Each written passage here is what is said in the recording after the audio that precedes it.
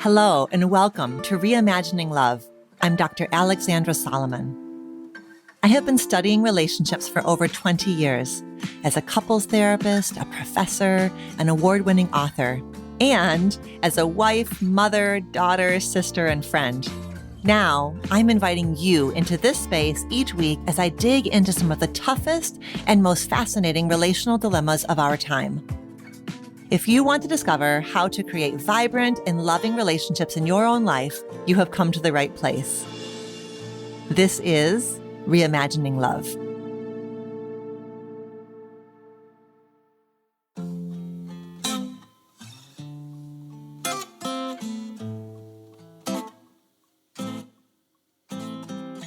On Reimagining Love, we have a commitment to being deeply curious about who we are and what it takes to bring our full selves into our relationships. Today's guest brings us a particular set of tools and a language for how we can make sense of our internal worlds, a framework for self-awareness that is built from his decades of clinical work.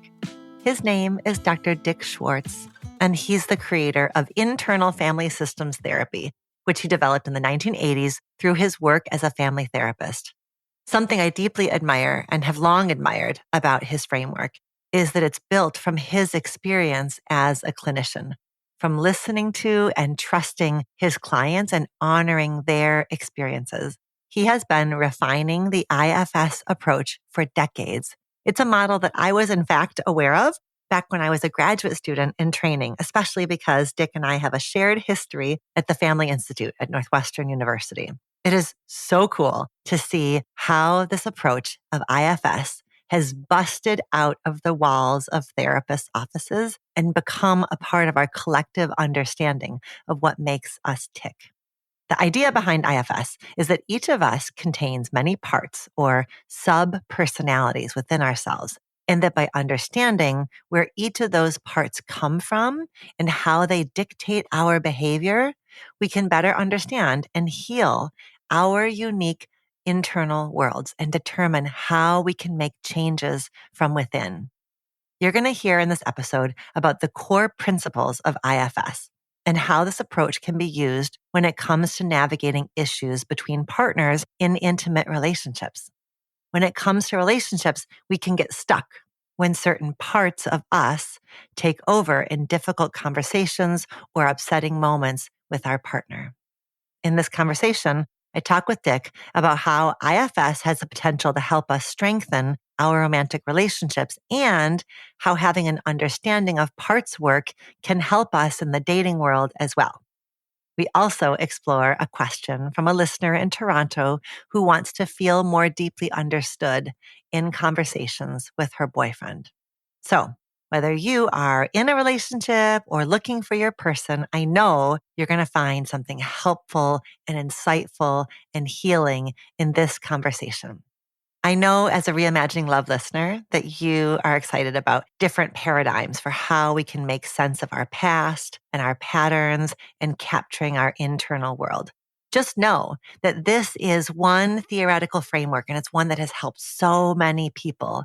But as is always the case on our show, I want to encourage you to just notice, just see what resonates with you in this conversation and what might be helpful for you to bring into your own process of self-discovery and healing and to support the relationships with the people that matter most to you. I hope that you enjoy this conversation with Dr. Dick Schwartz.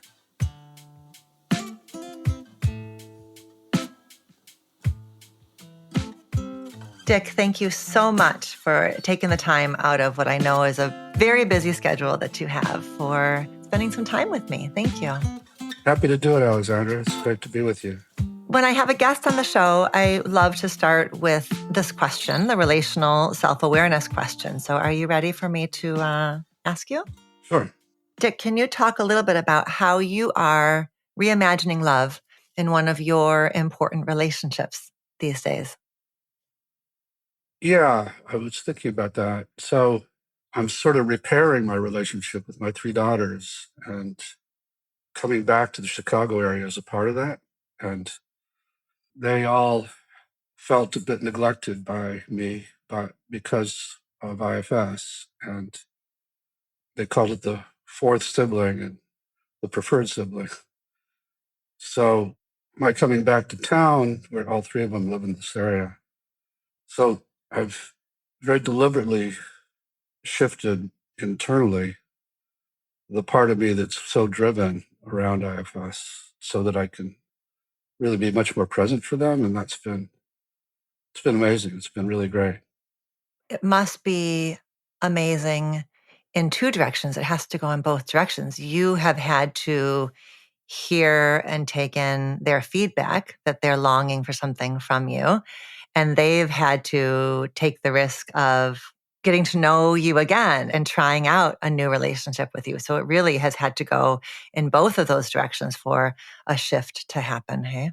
Very much. And for them to be able to have the parts of them that resented me step back and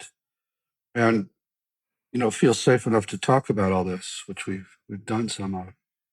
So yeah, in terms of reimagining love, I guess I always loved them, but my priorities weren't in the right place. So I'm just shifting priorities.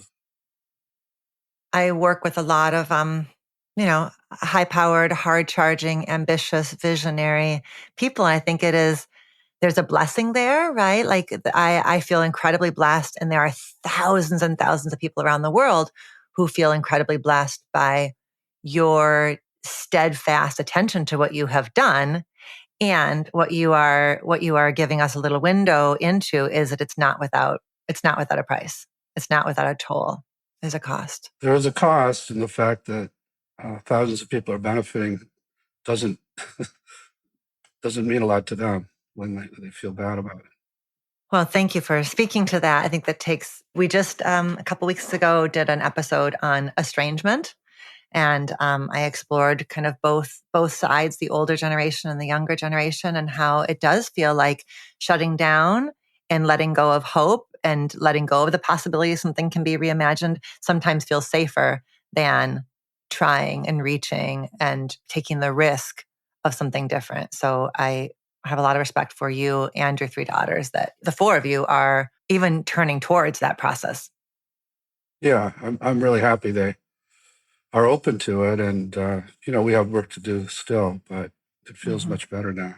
Well, my first thing I wanted to ask you, it's now a bit of a fraught question too, which is just me wanting, I would love to hear from you what this season and this moment is like for you, knowing what IFS is able to do out in the world and how it has transformed the life and work of so many therapists, but it also is part of the public conversation in ways that are really fascinating and really cool, that we see celebrities and so many people in public spaces using this language and using this understanding. And I wonder what that's like for you, and probably different parts of you have different feelings of what it is like for you. You got it. Thanks for saying that. It's one of those things where this goes back to 1983. I've been at this over 40 years. And when I saw all this early on, I thought, this is amazing. And it could really change the culture. And I'm just a little kind of idiot. So I hope the person who can take it where it's supposed to go comes along, because that certainly isn't me. But it turned out I'm the one I was waiting for. You're the idiot you were waiting for. I'm the idiot. So at Hmm. this point, it is becoming a dream come true. And the aspiration is even higher. And I'm fortunate now there are a lot of people on board who can take it places I can't. So yeah, it's 40 years, 30 of which were in obscurity, and now it's hard to get used to being a celebrity, at least in our field. Yeah. Well, I mean, you're like, rolling with Alanis Morissette. So you are Right. a celebrity in our field and out of our field also. IFS, it's what I have always loved about the model. And the model is, of course, a reflection of your deep belief in our ability to heal. There's so much hope within the model. And there's so much, well, it's a collaborative model in every sense of the word because it began with you in collaboration with your patients. Rather than seeing what you believed, you really built this approach by believing what you saw, believing your clients, listening to your clients. And so I think that is reflected in every facet of this approach. And I think something I have deep respect for, that it's not a top down, you as the expert having told everybody else what human pain is, but you really learning from human pain. Thanks for saying that. I think that's what I'm most proud of. And being a family therapist, as we both are, I assiduously avoided studying psychoanalysis or psychodynamic theories, which turned out to be a big advantage because when clients started talking this language of parts, I didn't have a theory to overlay on what they were saying. And I really had to just be curious and be in what the Buddhists call beginner's mind and just listen to what they were saying. So yeah, IFS is basically data driven. I'm come from a very scientific family, and it feels like I just follow the data, even though it took me to places that were way outside my paradigm. Sure. And way outside our fields paradigm. Yeah. If somebody's listening and they are really new to internal family systems, can you give us the kind of the orientation to the approach? I know that you've done this many times in many settings, but I think it would be really helpful just to kind of frame where we go from here. Yeah, I'll try to do the 10-minute version if I can. So basic idea is that the mind isn't unitary, the mind is actually multiple. So we all have what I call parts. I call them that because that's what my clients call them. They would say, part of me makes me binge, and part of me makes me, this critic attacks me, and this part I hate. And so it's the most user friendly word. Other systems call them subpersonalities or other terms like that. But so, and that it's the natural state of the mind to have them. And that's because one mind couldn't do everything we have to do simultaneously. So we have a bunch of them collaborating in a healthy system. So they all have qualities and resources to help us in our lives. And people classified as what used to be called multiple personality disorder are no different than anybody else, except that their system got blown apart much more by the horrific trauma they suffered. So that's a very different take on the mind, that it is natural to be multiple and that they're all valuable. I wrote a book called No Bad Parts. There's no bad parts, even though they will all have parts that make us do things that can be very damaging to ourselves or others. And the reason for that is that these parts are forced out of their naturally valuable states into extreme roles by trauma. So, for example, we all have what other systems call inner children parts that before they were hurt, they gave us qualities like vulnerability and openness and liveliness and playfulness and creativity and so on. But after we get hurt, because they're the most sensitive parts of us, they take on what I call the burdens of terror or emotional pain or a belief that you're worthless, that they're worthless. And once they carry emotions like that or beliefs, we don't want anything to do with them because they can make us feel all that.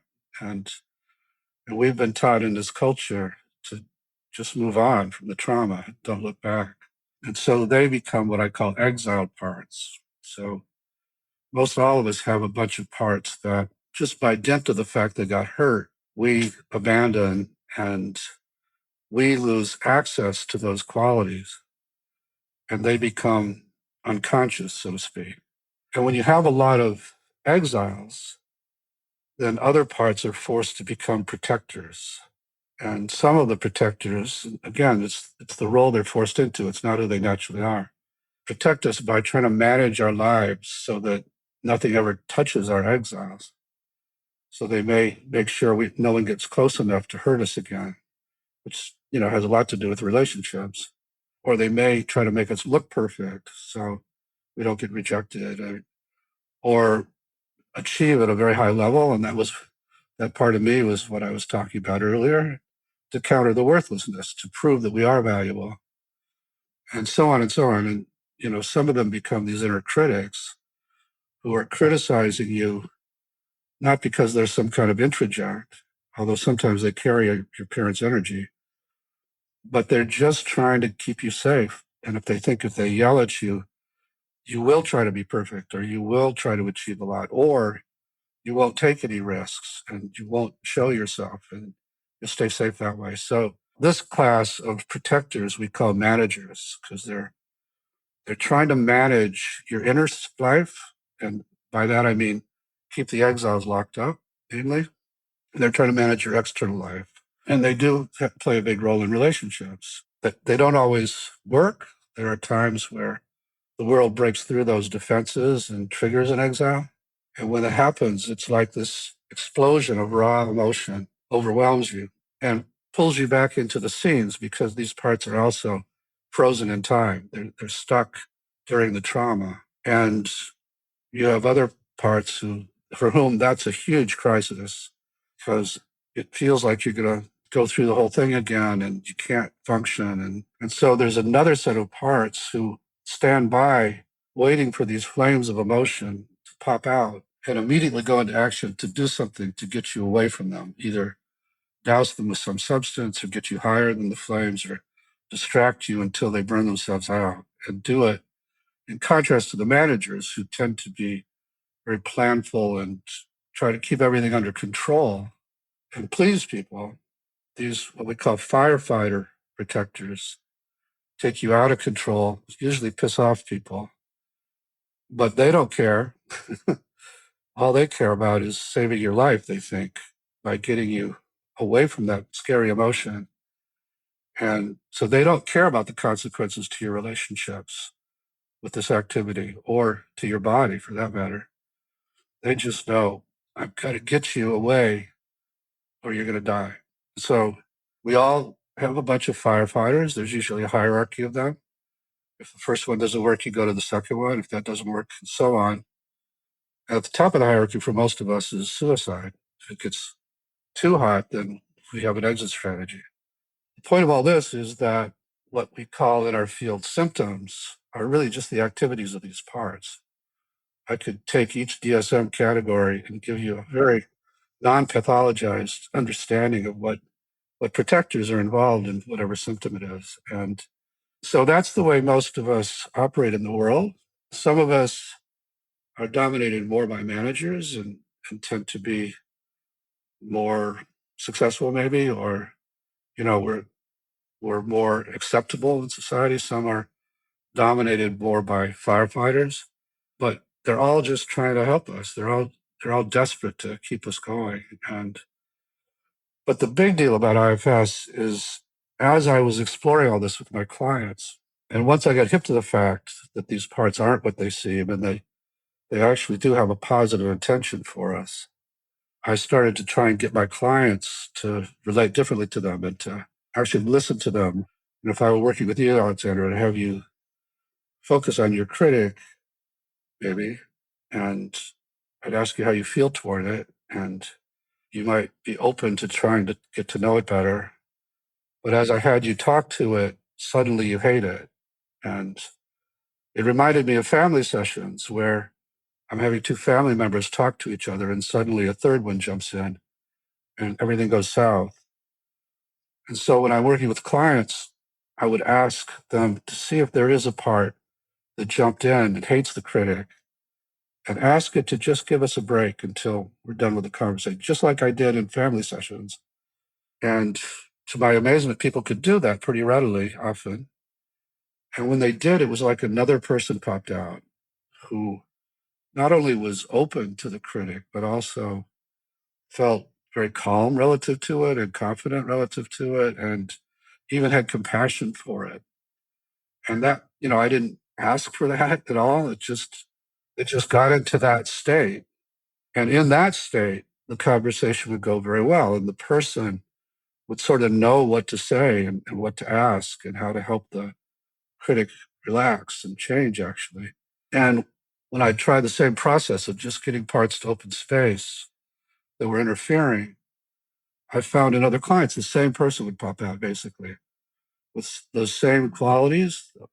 We've now identified what we call the 8 C's of self leadership. And the reason I call it the self with a capital S is because when I would ask clients, what part of you is that? They say, that's not a part like these others. That's me. That's myself. So 40 years later, it turns out that that self is in everybody, can't be damaged, is just beneath the surface of you, of your parts, such that when they open space, it comes out and knows how to heal. It knows how to heal internally. It also knows how to heal externally, which also applies to this conversation because when I'm working with couples, mainly I'm just trying to get their protectors to relax back so they can speak to each other from the self with these 8 C qualities that I've hinted at, but I'll name them real quick. Calm, confidence, compassion, curiosity, and then courage, clarity, creativity, and connectedness.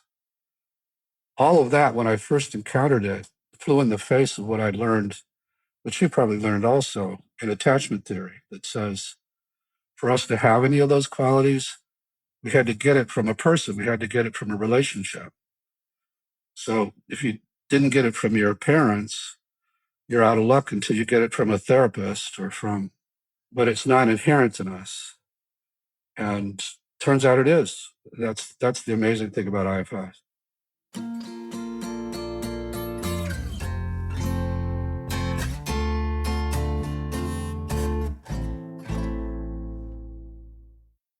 It is where your approach really bridges, to me, bridges psychology and spirituality, because that actually feels deeply spiritual, right?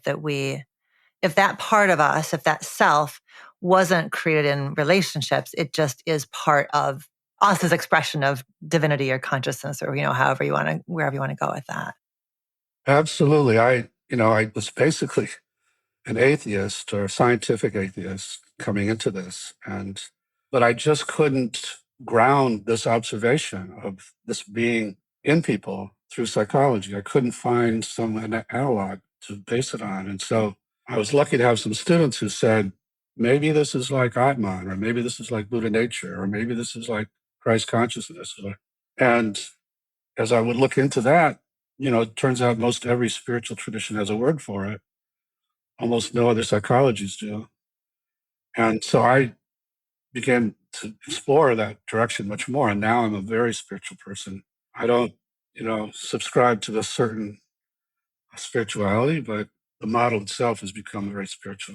Absolutely. Which is, I think there's a kind of humility in that I think our field really, really needs. I think that we are better practitioners when we are coming in that deeply humble space, that we're not there to tinker and fix and heal, but to just help people unburden, to use your language, and to connect with that which has always been there.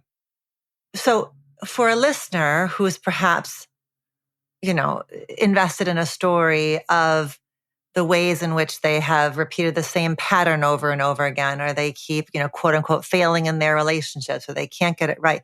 What changes for them when they can try on this idea that you believe now to the marrow of your bones? What changes for a listener if they can start to even just tap into that idea that there is a self here that is not damaged, that has a natural innate wisdom and an ability to heal? Like, what becomes different with that, slowly kind of dipping into that idea? That makes a difference, to know that that's who you really are, even though these parts can obscure that so that you don't access it. Then their burdens, the extreme beliefs and emotions they carry, make it hard to access. Just the knowledge that it's in there gives you a very different self-concept or self-esteem issue. And then also that you're not a defective person, but you do have a part that makes it hard to be in relationships is also, it's not who I am. It's a part of me and it's a protector. It's not even bad. All of that is a redefinition of who you are. And then the fact that you can actually do something about that, you can heal that, that protector, or you can heal what it protects, and then the part itself will stop doing that pattern. So all of that is very uplifting as well. As you're saying that, that's the other, I think, really significant paradigm shift that I want a listener to take in is that every behavior that you have, everything that you judge as an evidence of your sickness or your defect or your pathology, that there's a kind of wisdom in that, that part is working desperately to protect a part that feels deeply vulnerable and deeply unsafe. Yeah, and it may be doing it in a very unwise way, Sure. but a lot of these parts, like if I were to have you ask one of your protectors how old it thought you were, most people get a single digit. So these parts really think you're still 5 years old and they still have to protect you the way they did. And even validating them and say, yeah, when I was 5, you did have to do this for me. And I'm so appreciative that you did it. I happen to be much older than that. I just turned 75 myself. So I don't need that kind of protection now. It's shocking for a lot of these parts. They still think you're quite young and don't realize how capable you are now. Yeah, that they get to rest. They get to rest now. They don't have to do what they have done. Okay, so you've got a person with this entire map of their internal parts, and then they fall in love with another person who's got their entire map of their internal parts. Can you talk with us a little bit about how we now take these internal family systems that we each have and what happens then when my internal system, family system, and my husband's internal family system get kind of ensnared together?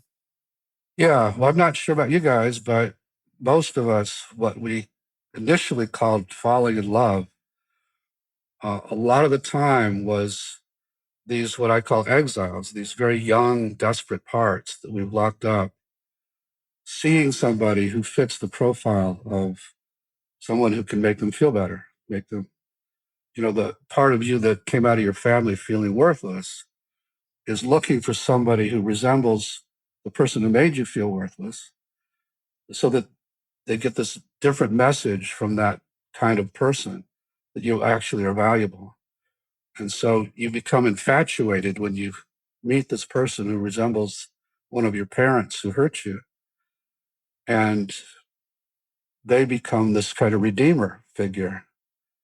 Or another part who feels terror, sees somebody big and strong, you know, and says, oh, here's my protector, and has the same kind of infatuation. So too often what we call love is falling in love is really those parts seeing what they're hoping for, the one they've been waiting for in the other person. Now, the problem is a lot of times that person does turn out to be like the person that hurt you initially, and they hurt you in the same way ultimately.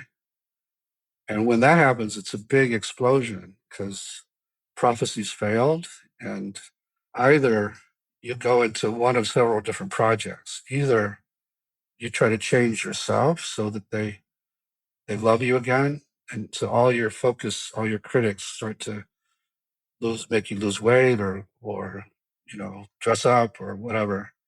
Or you have protectors that go after them and try to get them to change back into who they're supposed to be.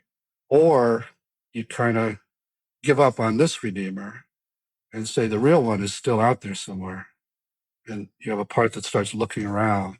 Or some point you get burned enough that you kind of give up on getting it from a human being, and you go to work or drugs, or you just find a way to deal with these exiles without having to rely on a person. So most couples get together and both of them have some of that going on. And so when they come into therapy, it's their protectors who are doing one of those projects. And one person's in one project, the other's in another, maybe. The answer isn't in getting this person to be that redeemer, turns out. The answer is for you to become that for yourself. So I try to help each partner go to these exiles with permission from the protectors. We have to get permission first, such that they become the one they've been waiting for, so that they become their self becomes that good attachment figure inside themselves. And when that's possible, when self becomes that good inner parent, that frees up your partner, who now can be the secondary caretaker of your parts instead of being the primary one. Partners feel a huge amount of relief at that because they're tired of having to be the one who's always the target of either not doing it right or feeling very dependent on. So anyway, that's my take on a lot of relationships, not all, but yeah. And as I hear you talk about the process in therapy is helping each partner tend to their own exiles, that's not happening because your partner has fallen short or your partner can't, or it's that it was a road to nowhere anyways. And actually, you tending to your exiles yourself is actually the only way for you to show up in the relationship with more self. It just can't work. It can't work. It's not because of your partner, isn't trying hard enough, doesn't love you enough, doesn't have the capacity to do it. It's that what you know to be true, Dick, is that it's not effective. It's just not effective. In order to create more self inside of a person, it is the internal work of unburdening the exiles, unblending the part from the self, that really is the route to change. Yeah. And as you do that and you really listen to these exiles and you start taking care of them, it may turn out that this relationship isn't the best for you and that you need to leave or do something to change it. But you speak from a very different place about that, from these C-word qualities, rather than having these protectors do the talking for you and take over with their fears or their anger, which only triggers your partner's protectors more. So most couples come in and it's protector wars. And so a lot of times I'll just say, okay, time out. I want both of you to stop and focus inside and notice the parts of you that are doing the talking and see if they'd be willing to relax back a little bit so you can listen to them rather than have them take over. And maybe you can speak for them when you come back. But I'm not going to have, in my office, these protectors are not going to be doing the talking. And actually, a lot of couples feel enormous relief to finally have somebody come in and say, this is not working. This is getting you nowhere, and you're not going to do it anymore. Yeah. And it's not getting you nowhere because your partner is too stubborn to listen. It's that when you are protector versus protector, it is a series of rewounding. And all that experience does is confirm to the exile that they are deeply alone, deeply unsafe, deeply unlovable, unknowable. And then the protectors have to do their job even more because the exile got hurt. And so they have to come to the rescue even more. So it becomes that kind of vicious cycle where you think you're arguing with your partner's anger, not realizing the behind the scenes damage that's happening to their vulnerable parts. Right. It's like, I won't keep engaging with you in this way, protector versus protector, not just because it damages our relationship, but it damages my own internal world. And I can't keep doing this to these exiled parts of myself that have already suffered so much. Exactly. That's what I'm saying. Once you go in and listen to them and you hear how much they've suffered, Yeah. you become far more motivated to not have those kinds of protector driven conversations.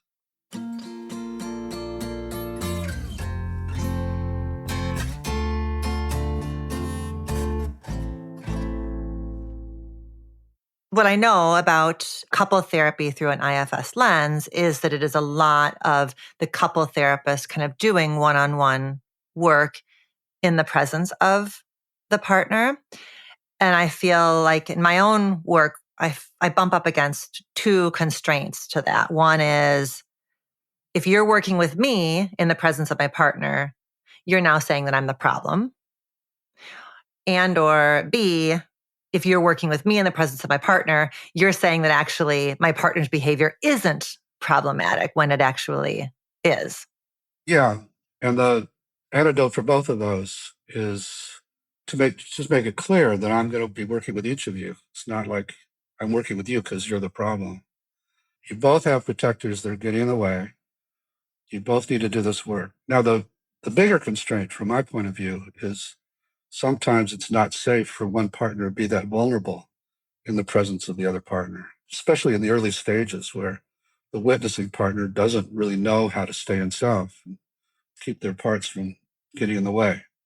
So I won't do that process you just described until I know that it's safe for them to witness each other being vulnerable. And that might take some time. So initially, I might work with each of them separately and then maybe have them talk about the work they did until it is safe enough for them to do it in the presence of the other. Mm-hmm. Will you talk about the U-turn to return part of your approach and how, yeah, and then what becomes possible as partners are able to do that U-turn to return process?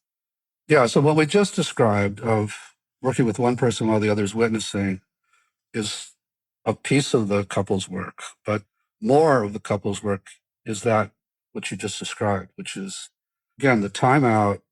I want both of you to do the U-turn, which is to U, but also YOU turn. Focus inside, notice what parts are really present and the parts that are taking over, and work with them a little bit during this timeout to trust you to speak for them, and ask them to open more space. And don't come back until you notice your heart is more open, or you notice you have some of those C words in your body now. And people can be pretty good at noticing how much self is present. And so some people do the U-turn for a couple of minutes, and some people it's 10 minutes. And then to return and speak for these parts, tell your partner what you learned about why they're protecting so much. And ideally, even if it's safe, speak about the parts that they were protecting. Speak for those parts too, from those C words, from that calm place or that courageous place, but also from a compassionate place, compassion for your partner, because you know you've heard his or her exiles, and his protectors are just trying to protect those exiles. And so when I can hold people in self to self conversation, I don't have to do much more. I'm just sitting with them while they're kind of healing their relationship because self knows how to do that. Mm-hmm. You've said a couple of times, you've highlighted this distinction of speaking for and speaking from. Can you just say a little bit more about the difference of speaking for versus speaking from? I don't know why you asked me that question, Alexandra, because it's a stupid question. That would be speaking from a part. Critical part. The part took over and just Yeah, right. lashed out Uh-huh. at you. A critical part. Uh-huh. If I were to speak for that part, I would say, I noticed when you asked me that question, Alexandra, there was a part that got nervous about it because I wasn't sure exactly. This isn't actually true, but because I wasn't sure exactly what to say. Yeah, there was a part of me that can be critical, and I didn't want to be critical at all because you have a right to ask that question, but I had that impulse. But so that's speaking for the part. It's so subtle and it makes such a difference, right? And it's recursive. The more you speak from the critical part, the more the criticism starts to feel like capital T truth that it is. The more you're conveying to yourself that you are disempowered, that you are a critical person. This is just how you are. It's what you do. Versus when you are speaking from that critical part, you've created just a little bit of space between yourself, and you really then are sitting, like I'm imagining you're like sitting at the head of a conference table and you're just sort of reporting to me that there's some stuff, some of the members here at the table have got some things going on and you're representing You're them. representing them, but you're doing it from these C word qualities. And it just makes such a difference in terms of how your partner receives it. If we had more time, we could do an exercise where I would have you put your partner in a contained room and you're looking at your partner through a window. And I would say, and now have him do what he does that triggers you the most. And as you watch, I'd say notice the part that comes up to protect you, and notice the effect it has on your body, your muscles, your breathing, your heart, your impulses. What kind of impulses come now? If you were with him in this part, what would you be saying? And then look at him through these eyes. And people generally say, he looks pretty ugly. I don't know why I ever wanted to be with him. And then I would say, okay, but you're not going to go into that room in this exercise. So it's safe for this part to stand down, and ask it to pull its energy out of you, and just notice that shift in energy in your body. How's your heart now? How are your muscles now? How's your breathing? How are your impulses? And look at your partner now, and people say he looks much more attractive right now. The point being, these protectors have an enormous impact. Oh yeah, they change the physical appearance of the partner. What you're doing in that exercise is you are refusing to let me stay in a place where I'm convincing you actually that his behavior is the problem. And here's why. Dick, you have to understand, but he does this. This is what he does, right? Because in this exercise, you have got me steadily focused on the parts of me that rush in to protect me from that experience. That's right. And helping them separate. And when they do separate and you're in self, not only does your partner look more attractive, but it's like you have x-ray vision. You can see past his protectors, and you can see the exiles that drive those protectors. And then your heart opens a lot more. But when you're in that part, all you see is his protectors. That's what I wanted to ask you next is can you give us a flavor for what it's like when partners are better able to understand each other's inner landscape and understand, like for me to know my husband's exiles, for me to have a different way of thinking about the parts of him that are protectors, what it's like for a partner to be understood by their partner in this different way. Yeah, I can't hold my marriage up as a total example of this, but we're doing a whole lot better because we still trigger each other and we still get into it. And sometimes it far less than it was early in the early years, but even now, occasionally it can get a bit ugly.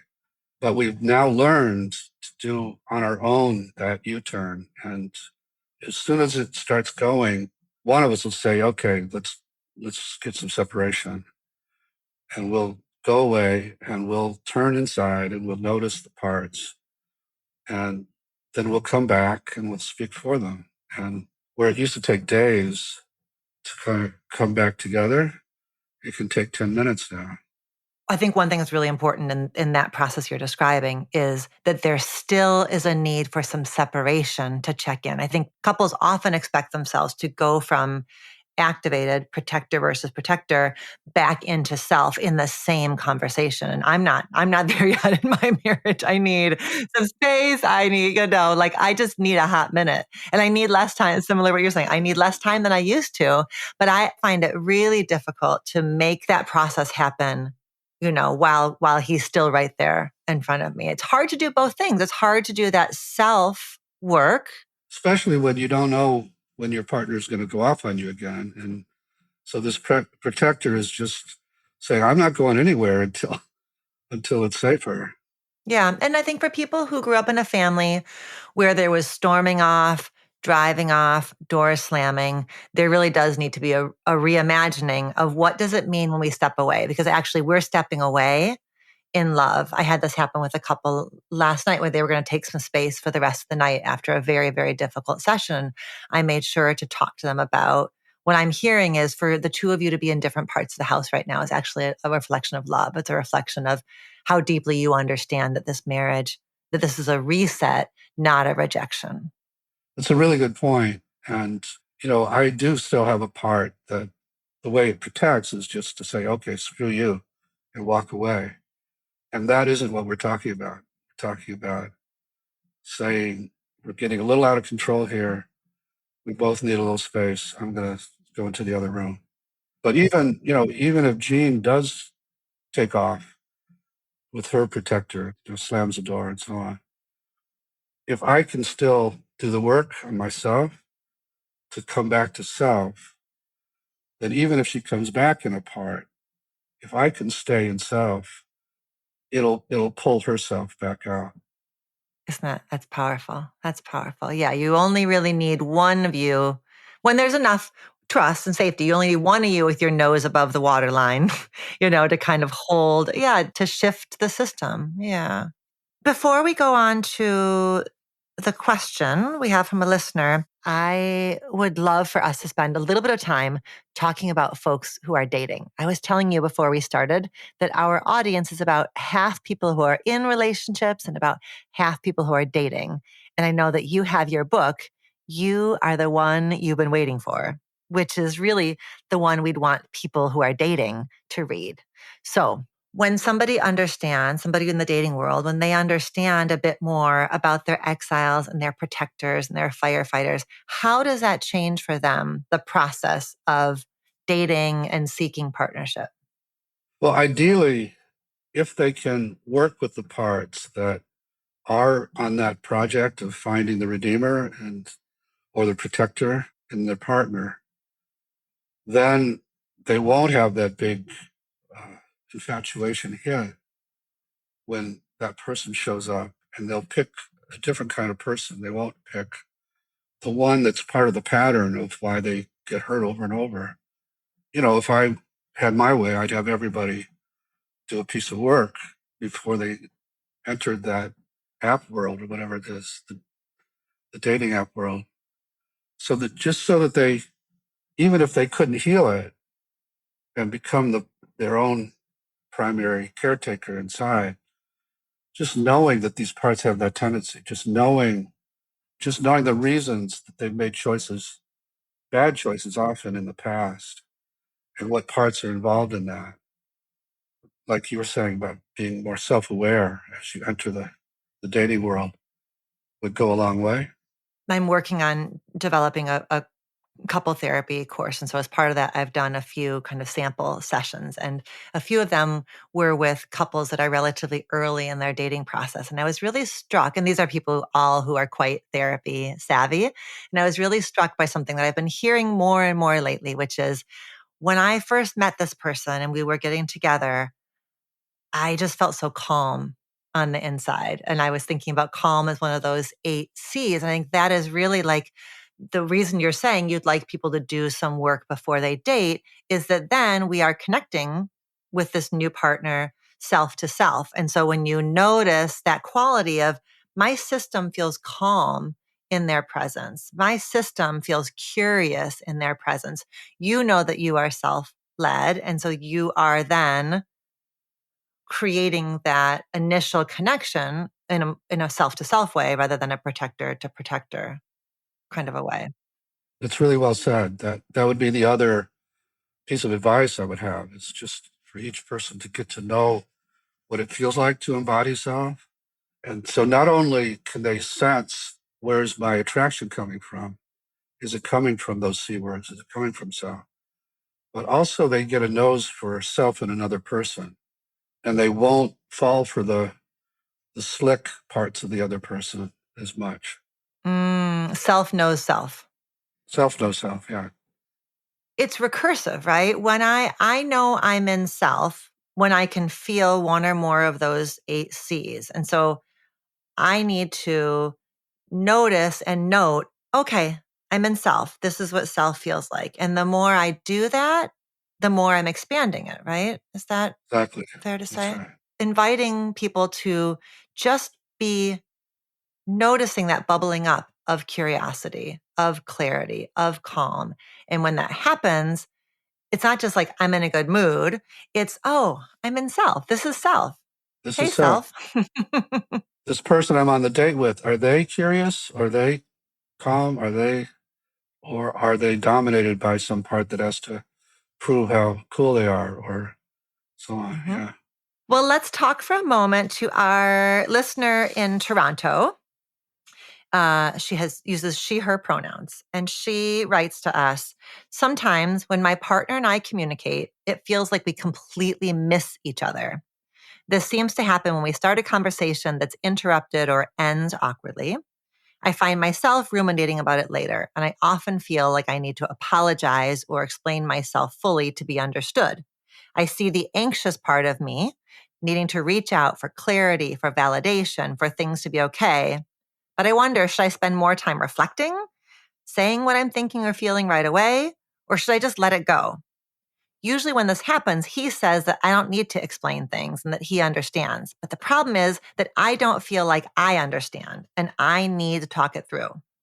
When he says this, I feel hurt because he's making assumptions. He does seem to know what I was trying to say, but it just feels wrong to not speak up. We've been dating for a year, long distance because of our jobs. But I wonder, do I need to work on being a better communicator or is it both of us? Yeah, it's hard to say.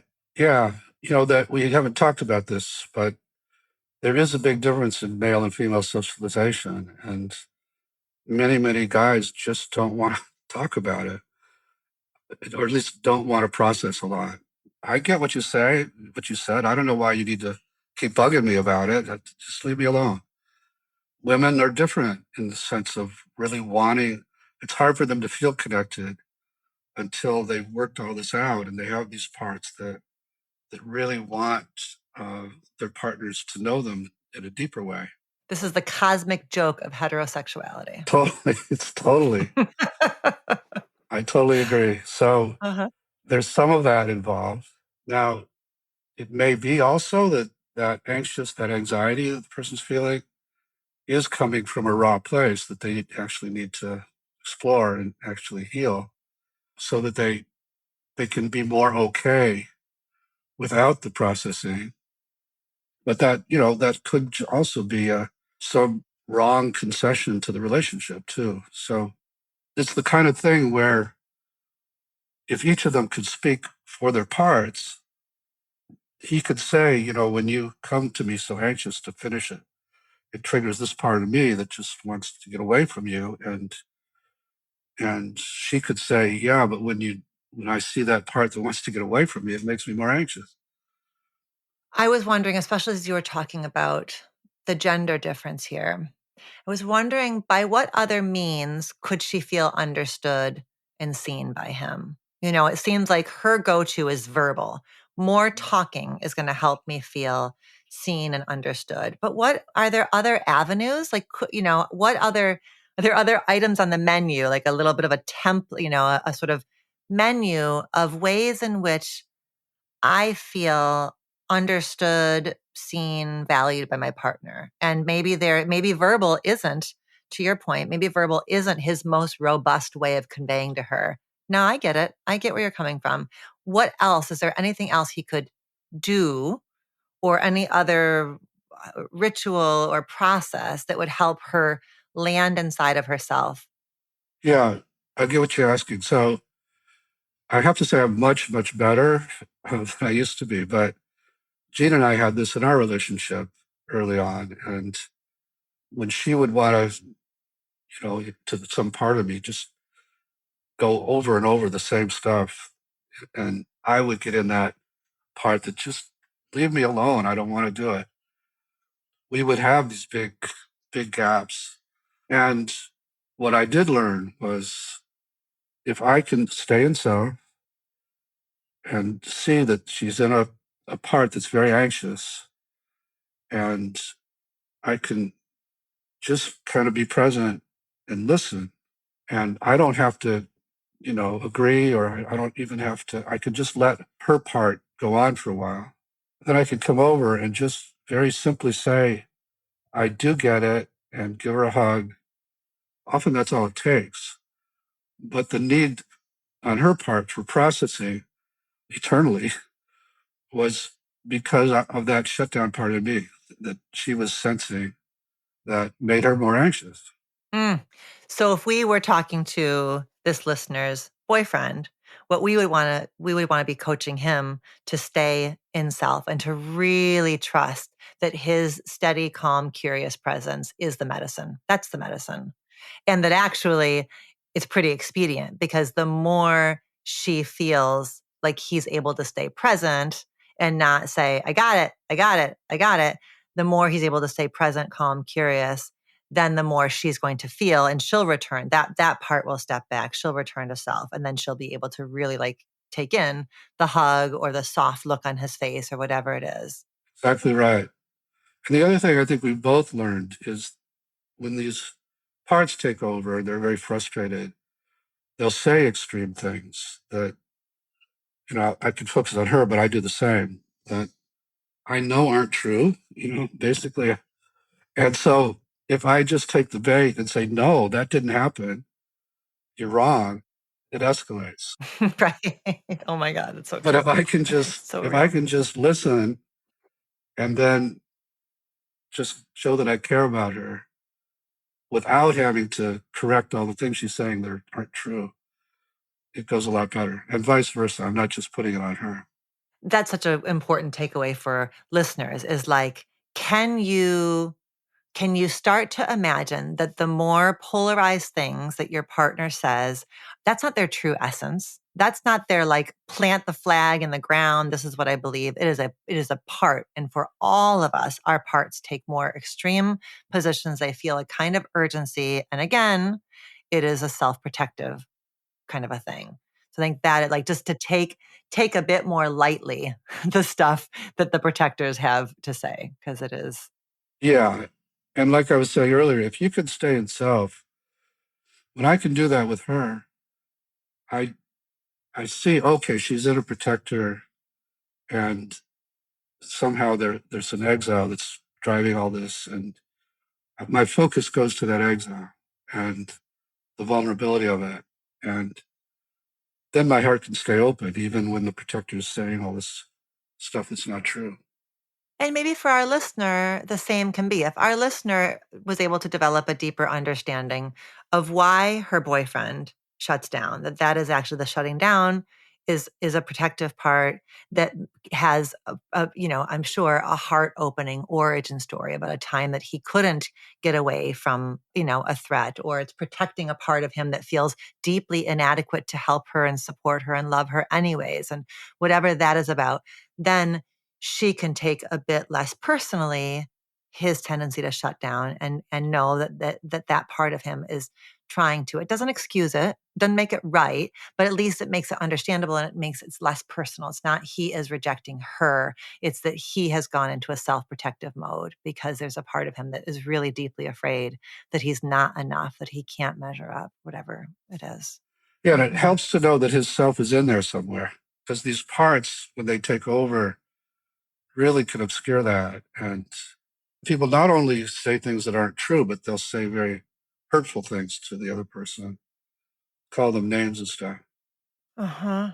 One last bit on the gender difference here. I think this is what can be really difficult is because of how we socialize our boys and our girls so differently. It is oftentimes, in my experience, it is oftentimes in couple therapy that men are for the very first time starting to understand their inner world at all. And it can feel, I think that this is why I'm so in support of men who do men's work, who create men's communities, because I know that oftentimes female partners can feel burdened by this or delayed, like tick, tick, like, let's go, you're X years old, but I certainly get it and I understand. And I have had so many incredible opportunities to be with couples where he's ready to understand it, but he's coming up with it in real time in my office in this conversation, just because the world hasn't taught him to value that curious exploration of his insides. No, that's exactly right. And it is a cosmic joke, and it just takes a lot of patience on the part of women to be present as their husbands catch up. And then for the husbands to do, there's something so symbolic when a man joins a men's community or a man has his own individual therapist in addition. There's something just so symbolic about like, okay, I get it. It doesn't have to only be work I do with you and for you. I think that's a huge, but you're right. It may start with just the more she can extend patience, then the more he can become self-authorized and take this on his own. Mhm. Yeah, and even if Mhm. he's doing it for her, at least he's starting to do it. And as you do it, then you see, oh, yeah, there is all this stuff that I need to do. Yeah, and it affects my work, and it affects my relationship with my friends, etcetera. Yeah, yeah. Dick, this has been so I just have loved this conversation, really, I really. have too. Yeah, it's been delightful. And you can articulate and elaborate on things that I say in a way that is beautiful for me. So I really enjoyed it too. I think, because we've got folks who listen who are therapists, as well as folks who listen who are, I call them regular people, maybe just give a little bit of where can people go to learn more about you and about IFS? Our website is ifs-institute.com. And then there's a section that has their own website, which is called Intimacy from the Inside Out. So that is focused on couples work. They've taken my work and applied it to couples. So if therapists are interested, they would be the ones to contact too. Wonderful. And we are going to have links in the show notes to both of those sites and then also to your books, No Bad Parts and You Are the One You've Been Waiting For. And on those websites, I imagine that there are ways also to kind of keep in touch with you and what's coming up and what you're working on next. Yeah, absolutely. Yeah. Well, thank you so much, Dick. Thank you, Alexandra.